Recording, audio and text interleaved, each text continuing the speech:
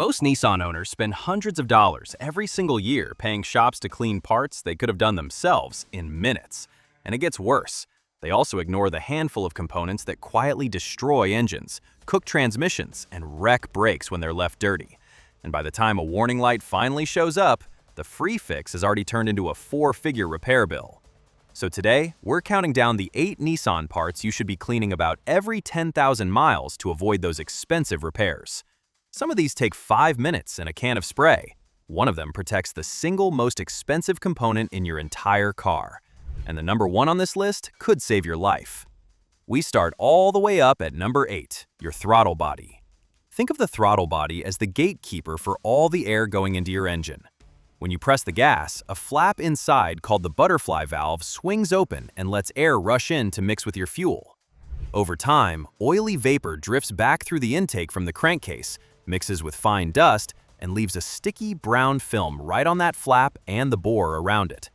As the gunk builds up, it chokes the airflow and the computer starts guessing. That's when your Altima, Sentra, Rogue, or Frontier begins idling rough, shaking at the lights, hesitating off the line, or stalling as you roll up to a stop. Here's where the money gets silly. Most shops now charge around $140 an hour just for labor, and a Nissan dealer piles another $20 or $30 on top of that, so they'll happily charge you $100 to $200 to wipe down one part. Some will fold it into a $250 fuel system service you don't actually need. You can do the exact same cleaning yourself with an $8 can of throttle body cleaner and a rag. Now here's the Nissan-specific part that almost every video skips, and it's the reason people end up worse off than when they started. Your Nissan is drive-by-wire, and after you clean that throttle body, the computer has lost the settings it learned around the dirty one. You have to perform the idle air volume learning procedure, Nissan's own relearn. Skip it, and you get a high, surging idle bouncing well over 1,500 RPM, and often a P0507 or P2101 code, when a healthy Nissan should be sitting somewhere around 650 to 750. It's a free, timed pedal sequence you can do in your own driveway with nothing but a stopwatch, or 30 seconds with a decent scan tool. The catch is that the sequence is genuinely time-sensitive, so look up the exact steps for your model and year and follow them precisely, because if the timing slips, you simply start over. Do it with the engine fully warmed up, the air conditioning and headlights off, and the wheels pointed straight ahead. And one warning, never force that flap open with your fingers, because it's moved by a motor, and never use brake cleaner on it. That one saves you a fortune. But the next part comes wrapped in a myth that even good mechanics still repeat, and believing it can cost you an entire engine. Number 7 is your engine air filter, and it comes with a lie attached. You've heard it 100 times. A dirty air filter kills your gas mileage, so swap it out to save fuel. It sounds about right, and on a modern Nissan, it is dead wrong. The Department of Energy actually paid Oak Ridge National Laboratory to test this on real engines, and they found that on modern fuel-injected cars, a clogged air filter has essentially no effect on your miles per gallon, because the computer simply trims the fuel to match the air coming in, so the mileage barely moves. So why bother cleaning it at all? 2 real reasons, and both matter far more than fuel. First, a dirty filter absolutely does steal your acceleration, so the car feels lazy and flat when you put your foot down, because the engine is trying to breathe through a clogged sponge. Second, and this is the big one, that filter is the only thing standing between fine grit and the inside of your engine. Let it clog until it overflows, or let the edge seal deform, or let it tear, and that grit gets pulled straight past it, where it sandblasts cylinder walls and coats the delicate sensor sitting right behind it. That's the kind of damage that ends engines, not just filters. Nissan's schedule puts replacement somewhere around every 15 to 30,000 miles. But if you drive dusty back roads, gravel, or heavy city grime, that number needs to come way down, and simply checking it every 10,000 miles costs you nothing at all. The job is stupidly easy. Pop the clips on the airbox, lift the old filter out, and hold it up to a light. If you can't see light coming through the pleats, it's finished. Drop in a fresh one for $20 to $40. A trick a lot of high-mileage owners use is keeping a clean spare in the trunk, so a long, dusty trip never leaves them driving home on a choked filter. Good filtration literally shows up in an engine oil analysis, so this cheap little part is protecting the most expensive thing you own. That protects your engine. The next one is even simpler, and it's the reason so many perfectly healthy Nissans get towed for no clear reason at all. Number 6 is sitting right on top of your battery, and hardly anyone thinks to check it. Pop the hood and look at the terminals. If you see a crusty white, blue, or greenish powder creeping around them, that's corrosion, and it is quietly strangling the power flowing out of your battery. That gunk works like a roadblock for electricity. A little corrosion here gives you slow cranks, hard starts, a flickering dash, random warning lights, and the kind of phantom electrical gremlins that have owners chasing faults that were never really there, sometimes for months. Here's the part shops rarely mention. Every sensor on your engine reports its readings against the same electrical ground network that runs through those terminals and the main ground strap. Dirty connections create small voltage offsets in that ground reference, which means your oxygen sensors and your airflow sensor can all be perfectly healthy and still feed the computer bad numbers. People replace expensive sensors over what was actually a 5-minute cleaning job. A battery only lasts 3 to 5 years anyway, so checking those terminals a couple of times a year is just smart. The fix costs almost nothing. Always disconnect the negative cable first and give it a minute. Then mix a spoon of baking soda into a little warm water, scrub the powder off the posts and the clamps with an old toothbrush or a wire brush and watch it bubble, because that's acid being neutralized in real time. Wipe everything dry and reconnect it snugly. A shop charges you $40 or $50 for that, and you can do it with what's already in your kitchen cupboard. Want it to stay clean? Smear a thin film of dielectric grease over the terminals afterward, or drop a felt washer onto each post, which soaks up the acid vapor that starts the crust in the first place. And while you're down there, take 30 seconds to check that the terminals are actually tight, because a clamp you can twist by hand causes every one of those same symptoms and costs nothing to fix. That fix costs pennies. The next one is the opposite, buried so deep the mechanics laugh when you say you're doing it yourself. If you found this interesting, feel free to check out my ebook in the description or scan the QR code on the right. And don't forget to subscribe.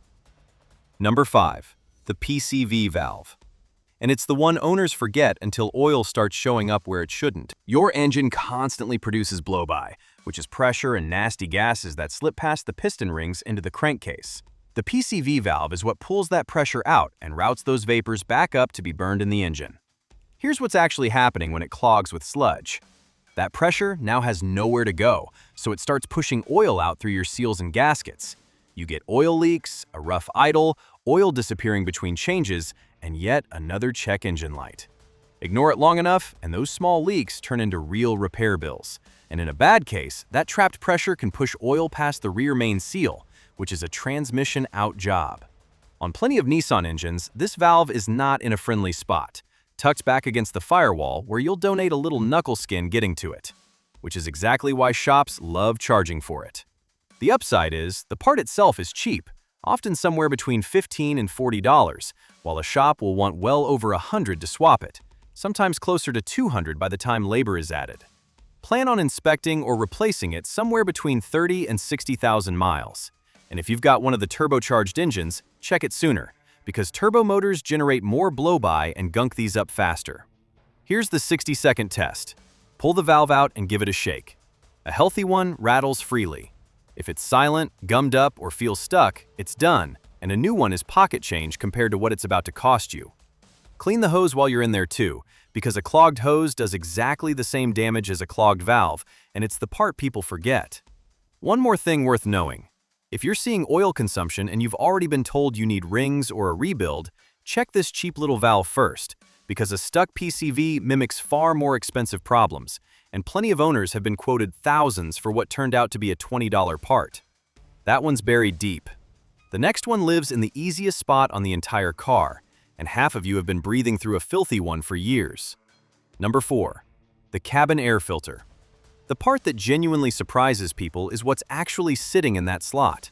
A lot of Nissans are driving around with a filter so packed with debris it's turned into a solid gray brick, and plenty of owners have never touched it once, because it's out of sight and nobody ever mentions it. And on some older models and base trims, there may not even be a filter fitted in the tray at all, which means every mile you've been pulling road dust and pollen straight into your face. If yours is clogged, you'll notice it as a musty, damp smell the moment the fan kicks on, windows that fog up and simply refuse to clear, and vents that barely push air even with the blower roaring on maximum. Here's the one that costs people real money.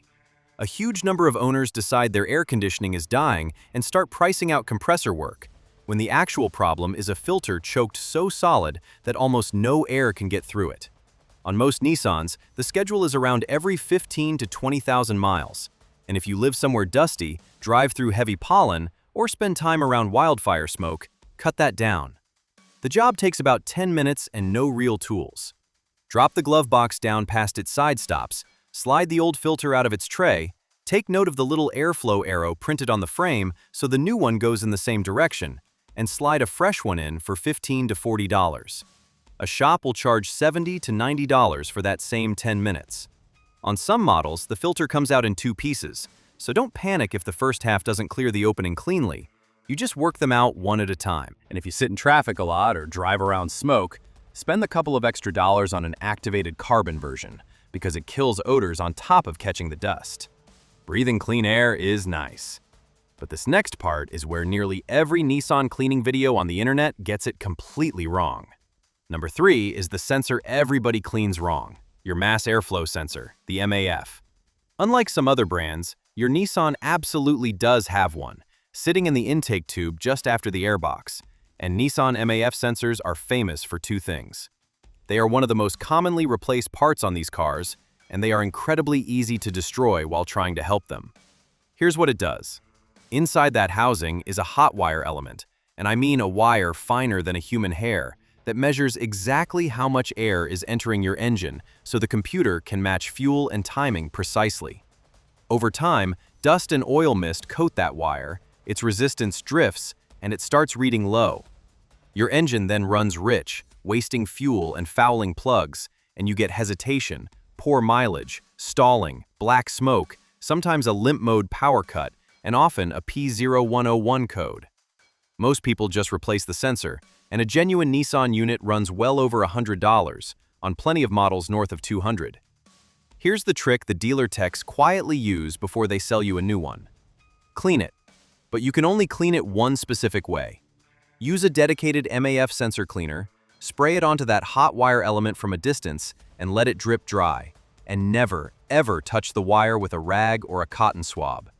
And never use brake cleaner or carburetor cleaner, which is exactly how people turn a $7 can into a $200 sensor. Let it dry a full 10 minutes before you reinstall it, because a wet element and live power destroys the sensor instantly. One more thing worth knowing. If you run an oiled aftermarket cotton air filter, that filter oil mists off and coats the element, so this becomes a regular job rather than a one-time fix.